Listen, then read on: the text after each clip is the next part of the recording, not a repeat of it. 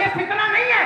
تم کہتے ہو احمد رضا نے فتنہ پھیلایا. میں تم سے پوچھتا ہوں فتاوی رشیدیہ کی عبارتیں دیکھو, کیا نہیں لکھا کہ نبی کے ماں باپ کافر ہیں معاذ اللہ رب العالمین؟ اور تم ہماری عبارتیں دکھاؤ. تم خود پڑھو سنیو, تم خود پڑھو. مجھے بتاؤ کیا یہ آواز فتنہ ہے؟ سرور کہوں کہ مالک و مولا کہوں تجھے, باغ خلیل کا گل زیبا کہوں تجھے, کیا یہ فتنہ ہے؟ تیرے تو بس عیب تناہی سے ہے بڑی, حیران ہوں میرے شام میں کیا کیا کہوں تجھے, یہ فتنہ ہے. بلغ العلا بکمالہ کشفت دجا بجمالہ حسنت جمیع خصالہ صلوا علیہ وآلہ. کیا یہ فتنہ ہے؟ واحسن منک لم تر قط عینی واجمل منک لم تلد النساء. کیا یہ آواز فتنہ ہے؟ ہزار بار بشویم دہن سے مشک و گلاب ہنوز نام تو گفتن کمال بے ادبیس. کیا یہ آواز فتنہ ہے؟ تم ہمیں فتنہ پرور کہتے ہو, شرم سے مر جاؤ. خدا کی قسم گاندھی اور نہرو کے ماننے والے بھی گاندھی اور نہرو کو اپنے جیسا نہیں کہتے, بلکہ موجودہ پرائم منسٹر کے ماننے والے بھی ان کو اپنے جیسا نہیں کہتے. تم کلمہ نبی کا پڑھ کر نبی کو اپنے جیسا کہتے ہو. تم سے بڑا گھٹیا اور بیہودہ کون ہوگا؟ خدا کی قسم تم نبی کی شان کو کیا جانو؟ میرے امام نے شان بتائی کہ یا رسول اللہ فرش والے تیری شوکت اس روا عرش پہ اڑتا ہے پھریرا تیرا. کیا یہ آواز فتنہ کی؟ یہ فتنہ نہیں ہے, یہ فتنہ نہیں ہے. اس امت کا فتنہ مال ہے. مال سنیوں کے پاس نہیں ہے. توجہ, مال سنیوں کے پاس نہیں ہے, یہ دبئی کے شیخوں کے پاس ہے. جا کر ان کا عقیدہ چیک کرو, دیکھو کہ ان کا عقیدہ کیا ہے, تمہیں پتہ چل جائے گا فتنہ کدھر ہے. کہنا بہت آسان کام ہے کہ صاحب یہ فتنہ پھیلا رہے, یہ فتنہ پھیلا رہے, سنی وہابی کرتے ہیں. ہمیں سنی وہابی کرنے سے کیا مطلب؟ ہم اصلاحی گفتگو, اور ہم نے کبھی تنقیدی گفتگو نہیں کی, اور میں کبھی تنقید نہیں کرتا. میں تو ہمیشہ کہتا ہوں جلسوں میں آؤ, بیٹھو, سنو, اور آج لے ان کی پناہ, آج مدد مانگ ان سے, پھر نہ مانیں گے قیامت کو اگر آج وقت ہے تمہارے پاس. حضور معاف کرنے والے معاف کر دیں گے. حضور اپنوں کو بھی معاف, غیروں کو بھی معاف کرتے ہیں. حضور تو غیروں کو بھی معاف کرتے ہیں. جب شیطان کے لیے کوئی سامان پیدا ہو جاتا ہے, صاحب معالج لکھتے ہیں شیطان حضور کی بارگاہ میں آ گیا, آ کر کہا یا رسول اللہ آپ رحمت للعالمین, سارے عالم کے لیے رحمت ہیں, تو میرے لیے کیسے رحمت ہے؟ حضور نے فرمایا کیا چاہتا ہے؟ کہا حضور آپ کا امتی جب لاہور پڑھتا ہے نا تو 3 کوڑے مجھے مارے جاتے ہیں, میں چاہتا ہوں کہ ایک بار پڑھے تو ایک ہی مارا جائے. حضور نے فرمایا جا آج سے ایسا ہی ہوگا, آج سے ایسا ہی ہوگا. یہ دربار محمد ہے, یہاں اپنوں کا کیا کہنا, یہاں سے ہاتھ خالی خیر بھی جایا نہیں کرتے. یہ حضور کا دربار ہے. میرے کریم سے گر قطرہ کسی نے مانگا, دریا بہا دیے ہیں, دربے بہا دیے ہیں. جب آ گئی ہے جوشے رحمت میں ان کی آنکھیں, جلتے بجھا دیے ہیں, روتے ہیں. حضور کا کرم ہے. تو تم کیا ہم نے فتنہ نہیں پھیلایا, ہم نے فتنہ, لیکن یہ اختلاف قیامت تک قائم رہے گا. سنو میں یہ بتا دوں, آپ کی نالج میں بہت اچھے سے لوگ جو ہے وہ اس سلسلے میں غیر محتاط رہتے ہیں. صاحب وہ فلاں ہے تو کیا ہوا, اس سے کیا پتہ چلتا ہے؟ ارے تمہارے باپ کو کوئی کافر کہے تو تم اسے بلا کے دکھاؤ اپنے گھر پر, کبھی بلاؤ گے؟ نہیں بلاؤ گے. حضور کے والدہ کو ان کی مزاح پر کوئی بلڈوزر چلائے, آپ ان کو سپورٹ کریے اور آپ کہیں صاحب ہمارا تو جھگڑا بس یہ فروئی ہے. ایسا نہیں ہے, یہ بہت خاص بات ہے. اور اگر یہ بات بری لگے تو مجھے معاف کرنا, میں یہ بات ہمیشہ کہتا رہوں گا. اس لیے کہوں گا کہ وہابیوں کا, اور وہابیوں کو میں ٹارگٹ کر کے نہیں کہہ رہا ہوں, میں یہ بات اس لیے کہہ رہا ہوں کہ جو بھی حضور کا گستاخ ہے, جو بھی حضور کا گستاخ ہے, اس سے ہماری صلح کیسے ہوگی؟ آپ بتائیے کیسے ہوگی؟ ہو سکتی ہے کیا؟ نہیں ہو سکتی. کبھی کیوں نہیں ہو سکتی؟ اس لیے نہیں ہو سکتی. سنیے میری بات کو. میرے جانے کے بعد آپ بھی کہہ رہے ہیں صاحب وہ آئے تھے وہ کر کے چلے گئے, سنی وہابی کر کے چلے گئے. وہی قوم کامیاب ہوتی ہے جو اپنے نبی سے جڑی رہتی ہے. بے شک. حضرت موسیٰ علیہ السلام 40 دن کے لیے اپنی قوم کو چھوڑ کر طور پر گئے, بولو گئے نہیں گئے؟ 40 دن کا اعتکاف تھا, الواح تورات کا نزول ہو رہا تھا. حضرت موسیٰ علیہ السلام گئے, قوم مشرک ہو گئی, بولو ہوئی کہ نہیں ہوئی؟ بچڑے کو پوجنے لگی.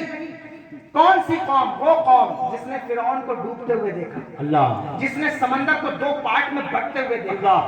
پتا چلا کہ اگر نبی سے 40 دن کی دوری ہو جائے تو قوم مشرک ہو جاتی ہے. تو تم جہاں سے شرک لانا چاہتے ہو, شرک وہاں سے نہیں آتی, شرک تو نبی کی دوری سے آتا ہے. تم نبی سے جتنا دور ہوگے اتنا زیادہ فطرے میں مبتلا ہو جاؤ گے. اس لیے میرے حضور نے کہا اے میرے امتی, میں تمہاری شہرک سے بھی زیادہ قریب, نہ میں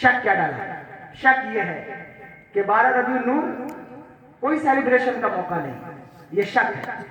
کوئی ایک چیز بتاؤ، شب برات کوئی تاریخ نہیں، جیسے ہی شب برات آئے گی فتوے شائع ہوں گے کہ صاحب یہ کچھ بھی نہیں، اس کا تو کوئی مسئلہ نہیں۔ شب معراج وہ کہیں گے صاحب معراج ہوئی نہیں، جو ہے وہ 11ویں شریف کچھ بھی نہیں، حضور کے والدین پتہ نہیں ایمان تھا نہیں تھا، شک ڈال دیا، ہر جگہ شک ڈالا، ہر جگہ شک ڈالا۔ کیسے کس منہ سے کہتے ہو کہ سنی فتنہ پھیلاتے ہیں؟ گریبان میں جھانک کے دیکھو کہ شک کون ڈال رہا ہے۔ ہم شک کے لوگ نہیں ہیں، ہم تو یقین والے ہیں۔ یقین والے کہاں سے چلے کہاں پہنچے؟ جو اہل شک ہیں وہ اگر میں مگر میں رہتے ہیں۔ ہم شک والے نہیں ہیں، ہم یقین والے لوگ، ہم تو یقین والے لوگ۔ یقین پیدا کرو، زندہ باد۔ بہت جرح کرتے ہو نا حدیثوں پر، بہت جرح کرتے ہو نا تاریخ پر۔ ایک بات پیش کرو، کہتے ہیں کہ حضور کی تاریخ نہیں ہے 12 ربیع النور۔ دیکھو اصلاح اعمال اور عقیدہ دونوں چلے گا تھوڑا سا۔ کہتے ہیں 12 ربیع النور نہیں ہے، میں کہتا ہوں ٹھیک ہے 10 کو منا لو، 10 کو مناؤ۔ کہتے نہیں 10 نہیں ہے، میں نے کہا 8 کو منا لو، کہا نہیں 8 نہیں ہے، 1 کو مناؤ، وہ بھی نہیں، تو پھر کب مناؤ گے؟ کسی دن منا لو، کوئی ایک دن تم فکس کر لو۔ چلو ہم کہتے تم فکس کر لو، مناؤ تو صحیح۔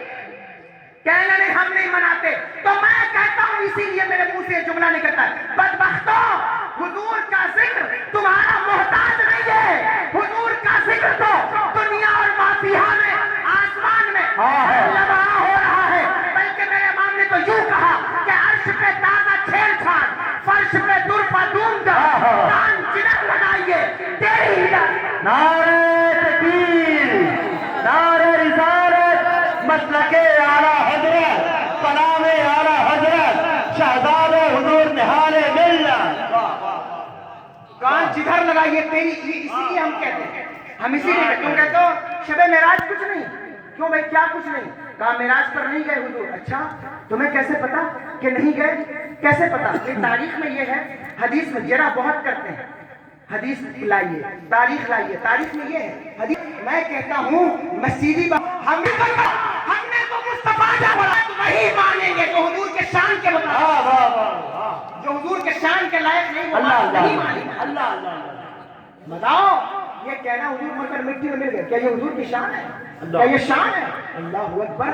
مجھے بتاؤ ہم وہی بات مانیں گے جو حضور کے شان کے مطابق، کیونکہ ہم نے کلمہ تاریخ کا نہیں پڑھا ہے، کلمہ ہم نے حضور کا پڑھا ہے، تو بات حضور کے شان کے مطابق ہوگی۔ اب تم اس کو فتنہ کہتے ہو تو شوق سے ہمیں فتنہ پرور کہو۔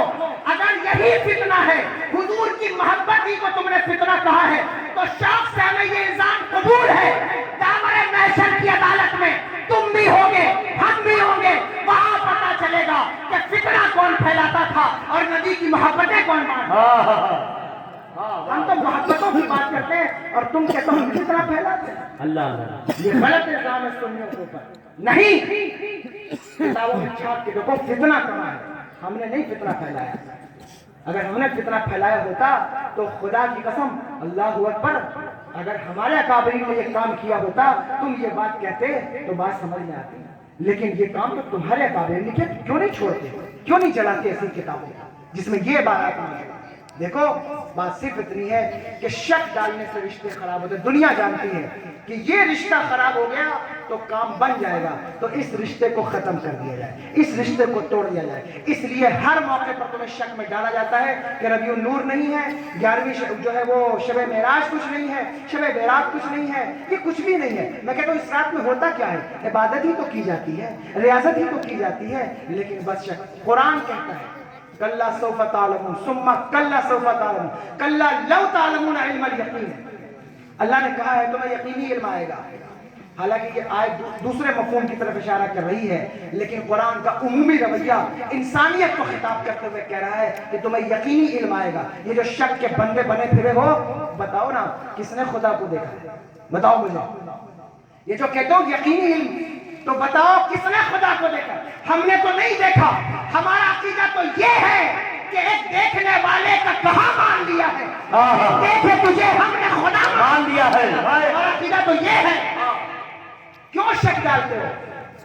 شک کی دنیا سے باہر نکل، پوری دنیا کے اندر ہر انسان اپنے بچوں کو یقین دلا رہا ہے، اسے کانفیڈنس سکھا رہا ہے، موٹیویشنل اسپیکر